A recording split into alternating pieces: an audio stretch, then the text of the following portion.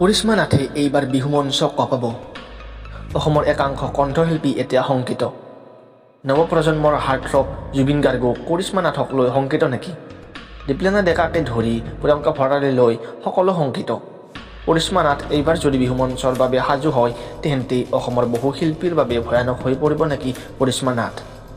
এইকেইদিন ছ'চিয়েল মিডিয়াত এটা বাতৰি খুবেই চৰ্চাত আছে যে কৰিশ্মা নাথ এইবাৰ বিহু মঞ্চৰ বাবে প্ৰস্তুত হৈছে। গতিকে এই সন্দৰ্ভত কৰিশ্মা নাথৰ মন্তব্য আপোনাক শুনাম।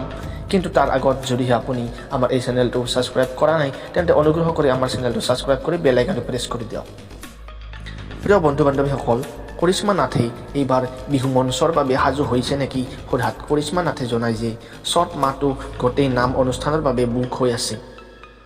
আৰু কোনোবা বিহু কমিটিয়ে মাতিছে নেকি কৰিশ্মাক?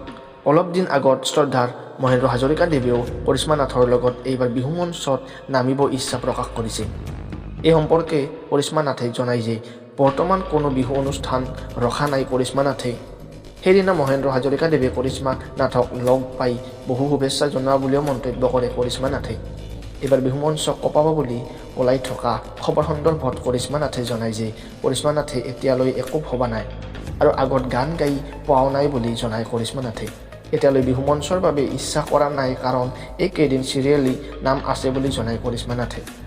পৰৱৰ্তী সময়ত কৰিশ্মা নাথে বিহু মঞ্চৰ বাবে সাজু হয় নে নহয় সেয়া আমি জনাম আপোনাক।